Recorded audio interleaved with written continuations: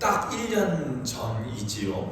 작년 송구영신 예배 시간에는 베드로전서 5장 10절의 말씀을 한 해의 교회 표 말씀으로 이 시간에 나눴었습니다. 온전하게 하시며 굳건하게 하시며 강하게 하시며 털을 견고하게 하시리라.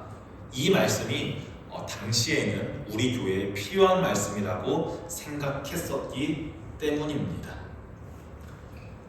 오랫동안 김성태 목사님 혼자서 약 한 34년 동안 목회하시던 교회에서 여러분들 잘 아시다시피 목사님의 건강이 많이 악화되시고 그리고 소천하시고 이후에 교회의 안정성은 재정적인 안정성, 물질적 안정성, 여러 안정성, 하드웨어의 안정성은 너무나도 취약했습니다.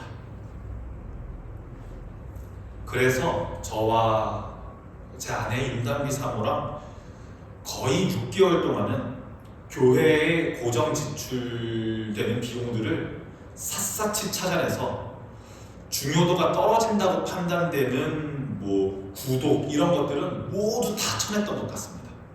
그래서 인터넷, 사무용품, 전화, 전기, 보일러, 수도 이런 것들 다 명의 변경하고 탈퇴하고 재가입하고 용량 변경하고 너무 보일러 같은 거는 가격이 막 감당할 수 없는 가격이라서 포기할 건 포기하고 막 이렇게 막 정신없이 몇 개월은 보냈던 것 같습니다.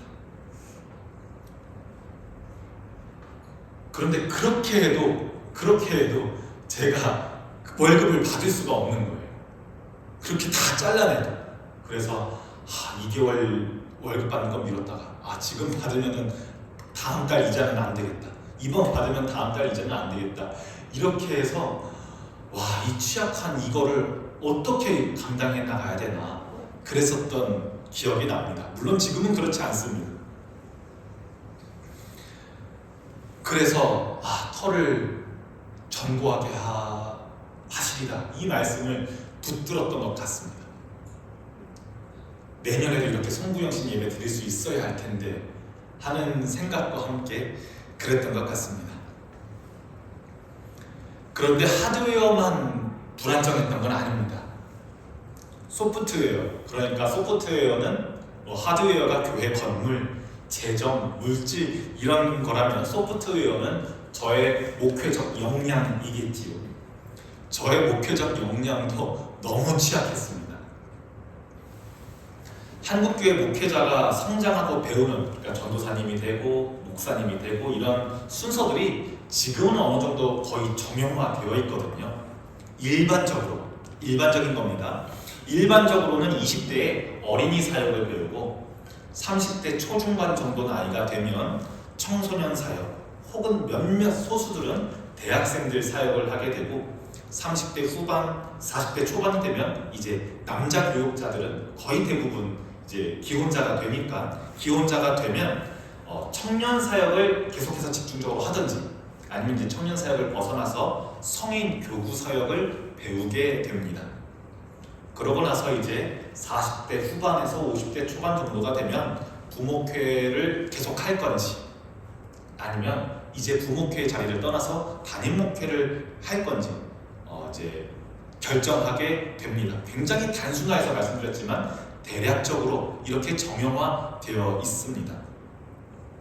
그런데 저는 평생 어린이와 청소년 사역만 해보다가 30대 초반에 성찬을 집례해 본 적도 없고 장례 예배를 인도해 본 적도 없고 성인 성도의 세례를 준비해 본 적도 없고 일반적으로 이런 사역은 성인 교구 사역을 맡게 된 이후부터 배우게 되는 사역들인데 저는 이런 경험들이 전무하니까 저에게는 지난 올 한 해 동안의 모든 사역들이 첫 도전이었고 큰 도전들이었습니다.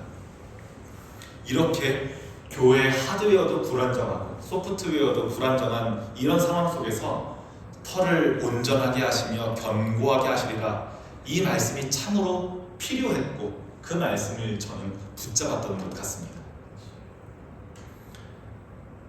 돌이켜보면 작년에는 내년에도 이렇게 송구영신 예배 드릴 수 있을까 하는 불안한 교회의 상황이었고 불안한 저의 목회 역량이었음에도 불구하고 교회에 세워짐은 하드웨어도 아니고 재정도 아니고 교회에 세워짐은 목회자의 설교 실력이나 목회 역량도 아니고 교회에 세워짐은 하나님께서 하시는 역사이기 때문에 이렇게 저와 여러분들이 하나님께서 온전하게 하시고 견고하게 하신 믿음의 반석 위에서 지금 이 시간 예배드릴 수 있음에 감사하고 여기까지 에베네셀 인도하신 하나님께 모든 영광을 돌리고 싶습니다. 재정적으로도 안정되지 않고 목회자 역량이 서툴러도 교회가 무너지지 않았던 이유는 주님께서 직접 우리의 마음의 터를 온전하게 하시고 본향교회의 터를 견고하게 하셨기 때문임을 믿습니다. 그러면 이제 내년에는 어떤 말씀이 우리 교회에 필요할까 생각하던 중에 믿음의 터가 견고해졌다면 땅, 반석이 견고해졌다면 이제 그 터 위에 주님께서 온전하게 세우신 그 터 위에 지체 한 명 한 명이 한 지체 한 지체가 교회로서 세워져 가는 것이 유익하겠다는 묵상을 했습니다. 그래서 올 한 해의 교회의 표어는 에베소서 2장 21절부터 22절 함께 지어져 가는 교회. 한 해 동안 우리에게 주신 찬양은 동일한 본문을 가지고 묵상하며 부르는 함께 지어져 가네 라는 찬양을 우리가 파송의 찬양으로 부르고자 합니다. 그래서 오늘은 에베소서 2장 21절부터 22절 말씀을 통해 새해를 맞이하는 본향교회에 주시는 하나님의 말씀을 보고 우리가 은혜를 나누고자 합니다.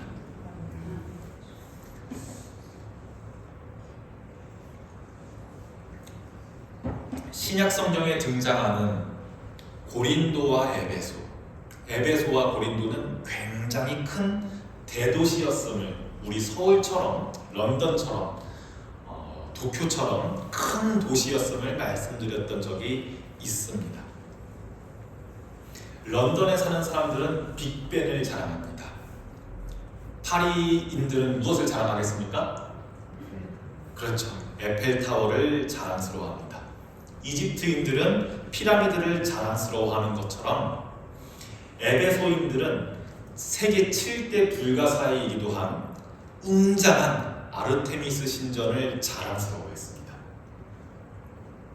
신약 성경에는 아르테미스라고 번역되어 있지 않고 아데미라고 번역되어 있는데요.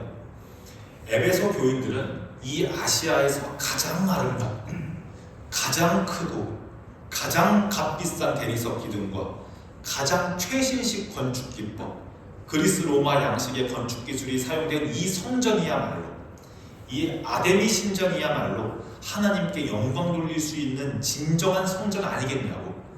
그리고 이 정도 성전은 되어야 하나님께서 친히 임재할 수 있는 성전, 말 그대로 성전, 거룩한 장소가 이 정도는 되어야 성전 아니겠냐고 바울에게 따져 묻습니다. 이렇게 생각하고 있는 에베소 교인들에게 바울은 말합니다. 여러분, 그게 성전이 아닙니다. 대리석 기둥이 성전이 아닙니다. 건축 양식이 성전이 아닙니다. 여러분, 그게 성전이 아닙니다. 바울은 우리에게 참된 성전이 보이는 교회, 가시적인 교회가 아니라 보이지 않는 교회, 비가시적 교회, 보이지 않는 교회가 참된 성전임을 우리에게 말해주고자 합니다.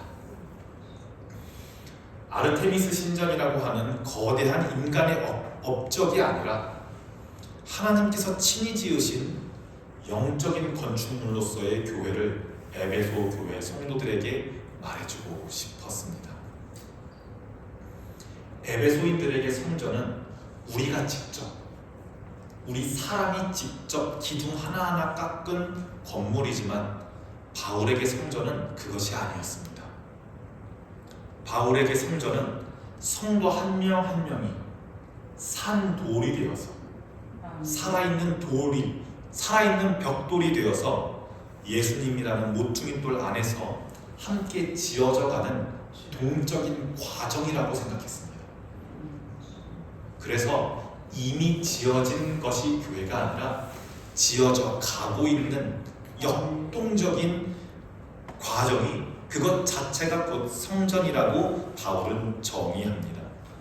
그렇기 때문에 이 본향교회라고 하는 성전도 마찬가지입니다.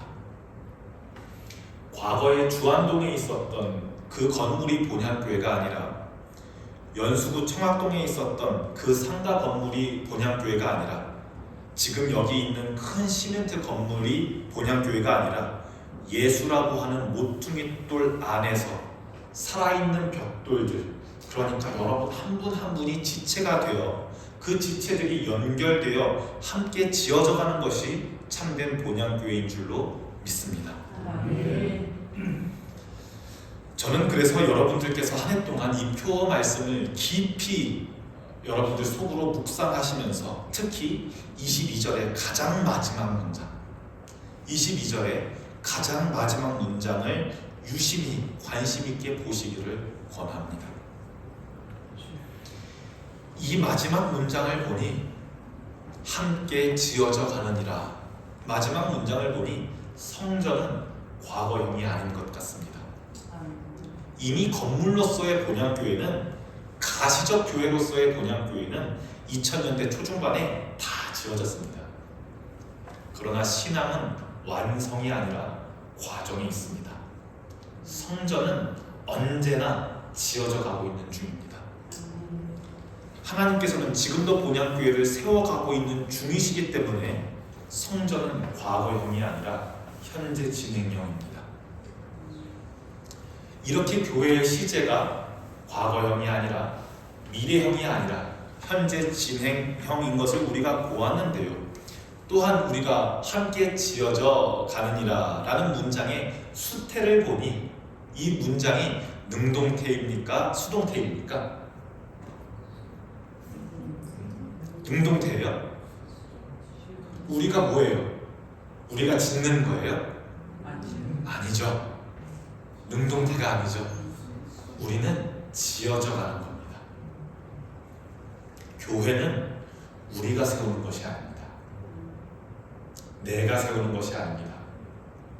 목사가 세우는 것은 더더욱 아니고 재정이 세우는 것은 더더욱 아닙니다. 짓는 분은, 교회를 지어 가시는 분은 하나님이십니다. 주는 토기장이 나는 진흙이라는 찬양의 가사처럼 교회 또한 우리가 짓는 것이 아니라 주님의 지어 가심에 우리를 맡기는 것과 같습니다. 우리가 읽은 21절과 22절 말씀 바로 직전에 앞에 20절에 바울은 이렇게 말합니다. 너희는 사도들과 선지자들의 터 위에 세우심을 입은 자라. 그리스도 예수께서 친히 모퉁이 돌이 되셨느니라. 사도들의 가르침들이 있었기 때문에, 선지자들의 가르침이 있었기 때문에 신앙의 터 위에 여러분들의 신앙이, 그 터 위에 여러분들의 신앙이 있었다고 바울은 말합니다. 우리도 마찬가지입니다. 140년 전에 미국에서, 캐나다에서 선교사님들이 조선 땅에 기꺼이 복음을 전해주었기 때문에 이 조선 땅에도 신앙의 터가 세워졌습니다. 그리고 본향교회를 통해 예수님을 믿고 본향교회를 통해 그리스도인 되기로 작정하시고 신앙생활을 시작하신 분들은 아마 김성태 목사님의 목양의 터 위에서 신앙의 터를 세우셨을 겁니다. 그리고 또 저 개인적으로는 말이죠, 저를 날 때부터 신앙에 이끌어주신 분이기 때문에, 목사님이시기 이전에 저의 아버지이시기 때문에 개인적으로 저의 신앙의 터 또한 아버지의 신앙의 터 위에 세워져 있다고 말할 수 있을 것 같습니다. 그런데 그럼에도 불구하고 여기 있는 우리들은 서로 너무 다릅니다. 세대도 너무 다르고요, 자라온 환경도 다르고요, 무지개처럼 누구는 빨강을 지향하고 누구는 보라색을 지향하고 있기 때문에 서로 각각 삐뚤빼뚤한 우리 벽돌들이 모여서 우리가 교회가 되게 만들 수는 없습니다.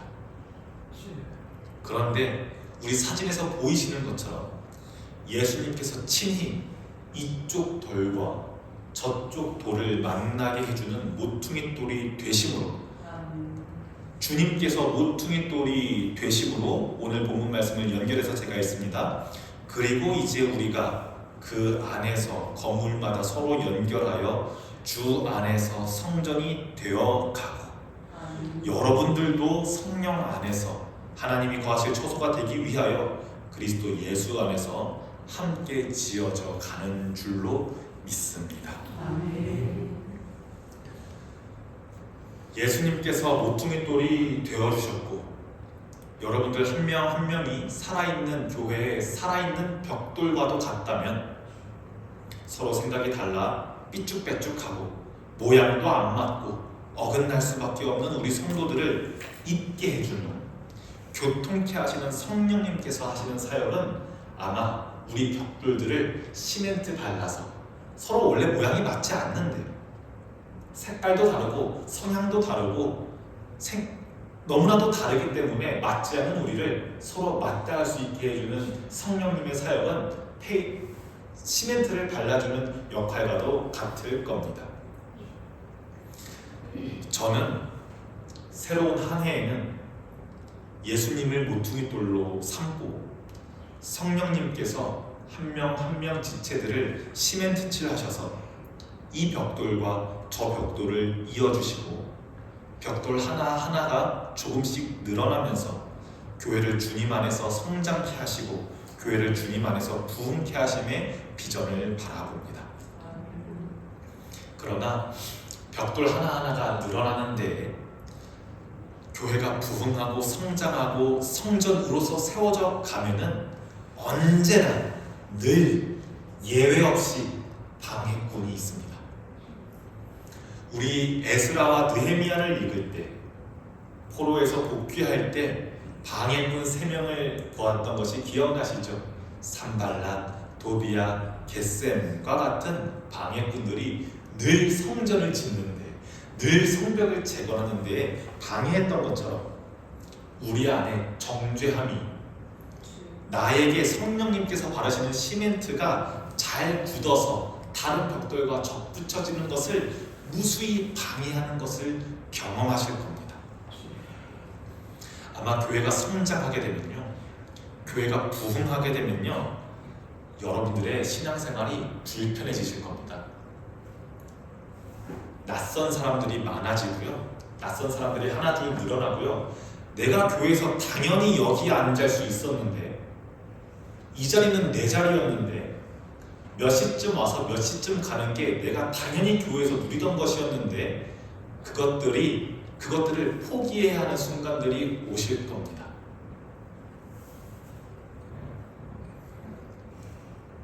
교회의 성장을 원합니다. 우리 교회가 부흥하기 원합니다 라고 하는 것은 나의 신앙생활이 불편해지기 원합니다 라고 말하는 것과 동일한 말입니다. 그런데 나의 편안함을 깨고자 하는 것을 싫어하는 마음이 여러분들 마음 안에 산발랏, 도비야, 겟셈처럼 방해할 겁니다. 당연하게 여기는 것들과 정죄함이 여러분들 안에 올라올 겁니다. 사모님, 저 사람은 왜 이거 안 해요? 저 사람은 왜 예배 시간 늦게 와요? 저 사람은 왜 권사가 옷을 저렇게 입고 예배 드려요? 이건 당연히 안수 집사님이 해야 되는 건 아니에요? 이건 사모님이 하셔야 되는 건 아니에요? 이렇게 당연히 여기고 정죄하는 것, 마치 교회에 오는 관객처럼, 서비스를 받으려 오는 손님처럼 하게 되는 그런 유혹들이 생겨지실 겁니다.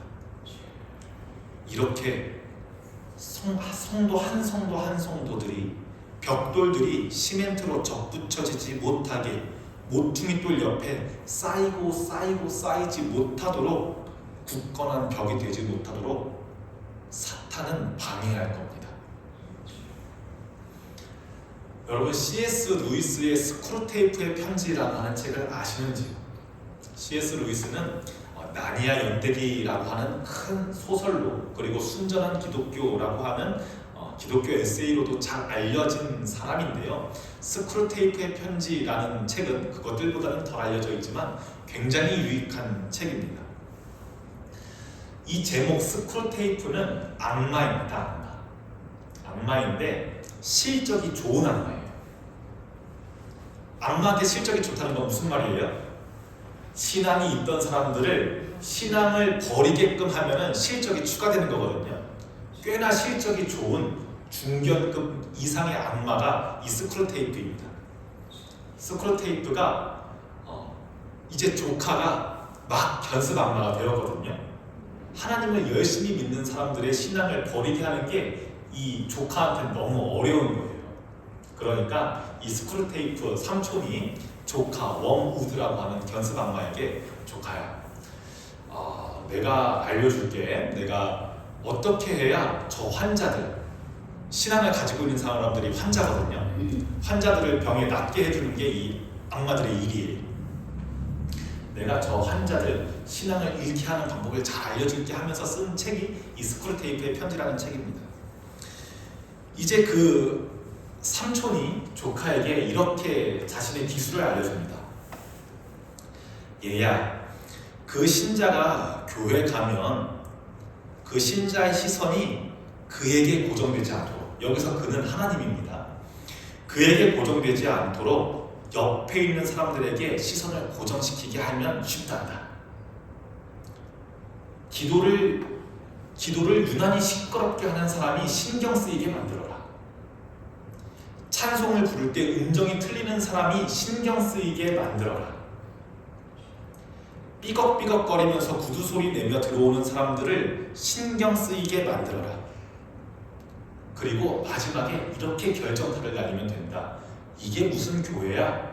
라는 생각을 가지게끔 하면 그 사람이 신앙을 버리게 하는데 아주 유익할 거란다. 이렇게 편지하는 내용이 나와요.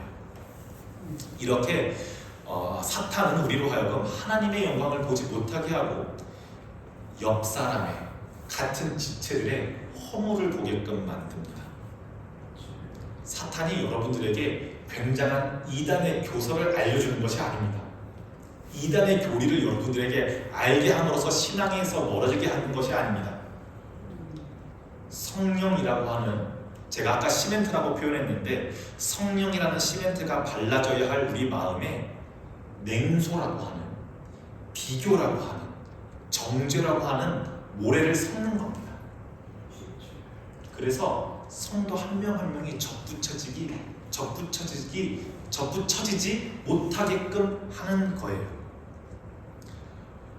모래가 섞인 시멘트는 겉으로 보기에는 붙어있는 것 같지만 작은 충격에도 힘없이 무너집니다. 사탄은 우리에게 이렇게 말합니다. 저 집사는 왜 저래? 저 사람은 왜 예배 시간에 다리 꼬고 있지? 이렇게 하면서 하나님께 집중하지 못하도록 만듭니다. 그리고 지체들의 허물에 집중하도록 만듭니다.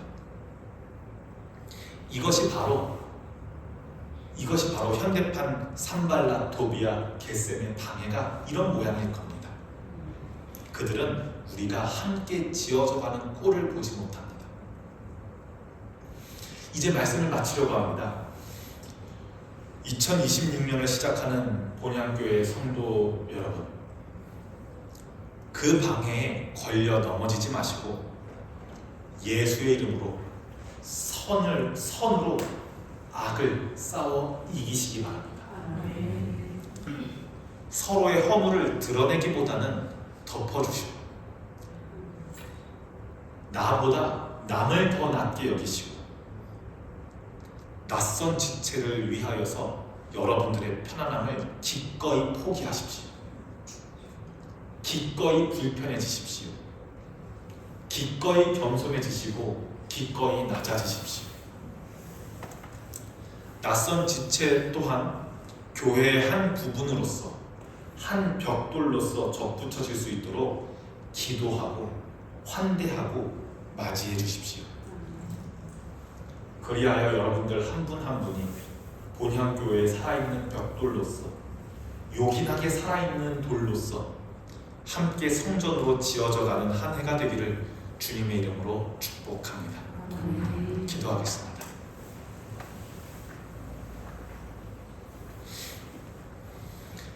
사랑하는 하나님 아버지, 오늘 우리에게 주신 말씀을 통해 본향교회가 나아가야 할 소망의 길을 보게 하시니 감사합니다. 지난 한 해 동안 우리의 서툼과 부족함 속에서도 친히 우리의 털을 온전하고 견고하게 닦아주셨음을 이 시간 다시 한번 믿음으로 고백합니다. 주님, 이제 우리는 홀로 서 있는 돌멩이가 되기를 거부합니다. 그리스도 예수라는 모퉁이 돌 안에서 서로가 서로를 귀하게 여기며 성령님의 시멘트로 단단하게 결합되는 거룩한 연결의 한 해가 되게 하옵소서. 우리가 교회를 지으려고 애쓰기보다는 토기장이 되시는 주님의 손길에 우리 자신을 내어드리는 지어짐의 은혜를 누리게 하여 주시옵소서. 내 안에 솟아나는 정죄와 내 안에 솟아나는 당연함의 목소리를 잠재워 주시고 산발랏 도비아 겟셈의 방해 앞에서도 무너지지 않는 사랑의 성벽을 쌓게 하옵소서. 나보다 남을 낮게 여기고 낯선 지체를 위해 나의 편안함을 기꺼이 내어줄 수 있는 넉넉한 믿음을 우리에게 허락하여 주시옵소서.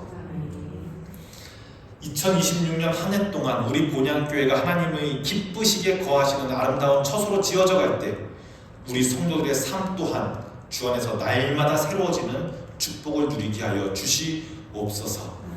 우리의 영원한 모퉁이돌 되시는 예수 그리스도의 이름으로 기도합니다. 아멘.